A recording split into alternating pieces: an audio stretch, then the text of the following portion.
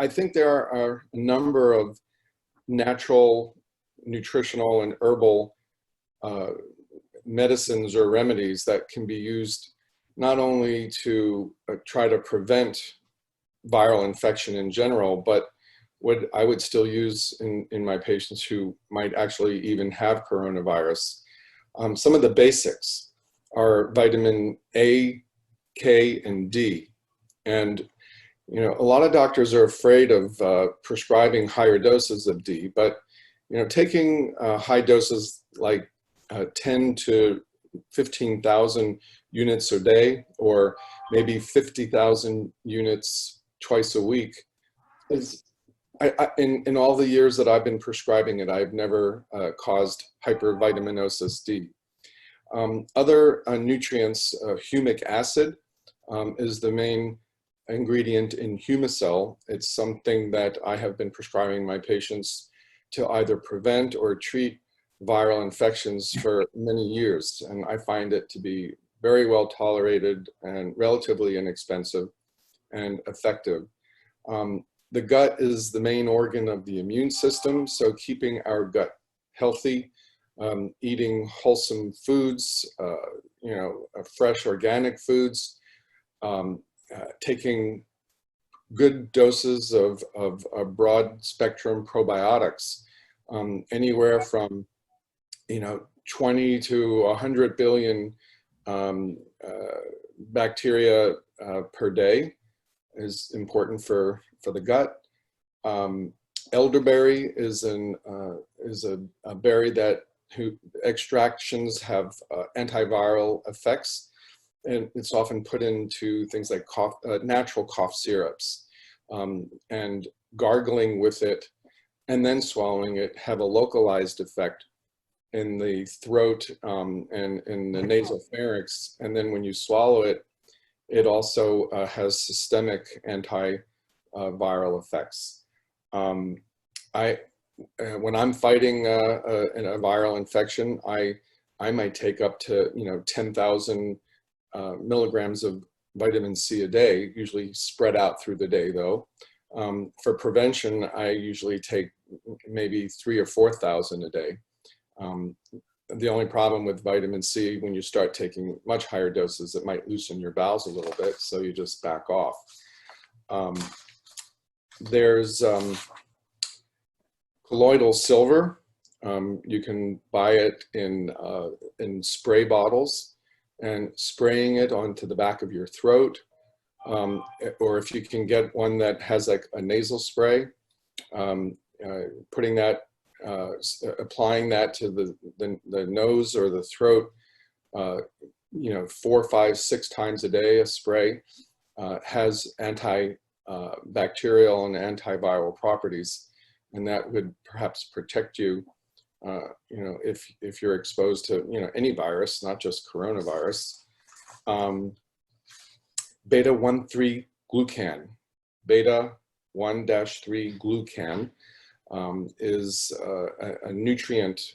It's made by a number of different plants, but it has some pretty potent immune stimulating effects, and I have found it to be extremely helpful in taking it in lower doses as prevention, but in higher doses, it can really minimize the duration of an acute viral illness. Zinc, of course, maybe 30 to 50 milligrams a day of zinc is important for white blood cell function. And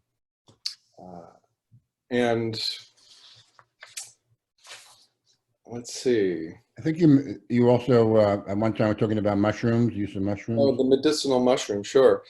They've been used a lot in medicine for things like cancer, but it also is good for infections. And reishi, shiitake, maitake, anaderma, cordyceps, these are all wonderful immunomodulating mushrooms. They often are found in combination together. There's a particular brand called Mycoceuticals, MyCoceuticals. I find that to be a very high quality, high potent formula. And I use it with patients for infection and also with my cancer patients. Right. So I think the important thing is all your suggestions, which are great, are not instead of being safe and washing your hands and doing all the things that are recommended. These are additional steps that you can do. And it's really good for people who are at home because if you are infected, you shouldn't even be at a doctor's office.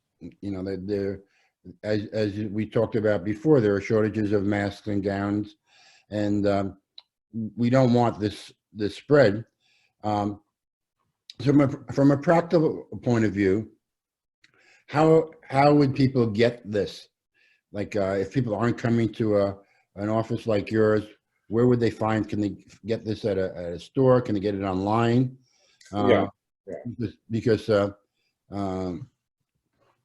do you ship, or do ACAM doctors ship supplements from their office?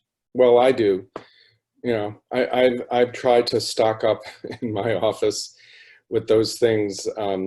You know, all of the supplement companies and that manufacture these products are sending our vendors are sending us emails saying, you know, they're really trying to ramp up production of these things because of the epidemic. And you know, hopefully I'll be able to give my patients what they need. I have lots on order as well, just to make sure.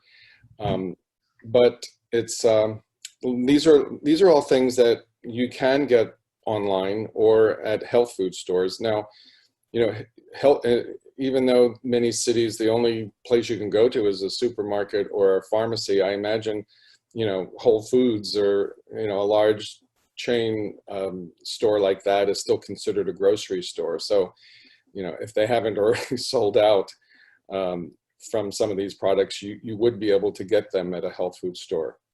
So if you're a practitioner who's going to be viewing this, you could send out these suggestions to your patients, and they could order from either from your office or online. And if you are a member of the public who is interested in taking supportive measures, then you can order it for yourself. And we hope through the ACAM and AAPMD practitioners to be able to provide information a few times a week to give you the latest information on what you can do to support your health and your immune system, because it's important that our immune system functions right. I don't know whether you mentioned the fact that the goal is to have a regulated immune system that doesn't underreact or overreact. Yeah, we use that term, adaptogenic. You know, adaptogens tend to balance things. They make functions that may be underactive more normally active, or functions that are overactive to become, you know, to decrease to a more normal function. You know, there are some adaptogenic herbs that in general, things like ashwagandha and rhodiola, those are both herbs that are commonly used that we call adaptogens, and they're just good for health in general. And those could also be taken. Well, I'm sure that what we'll try to do in one of these interviews is to talk a bit more about these, more detail about these specific products.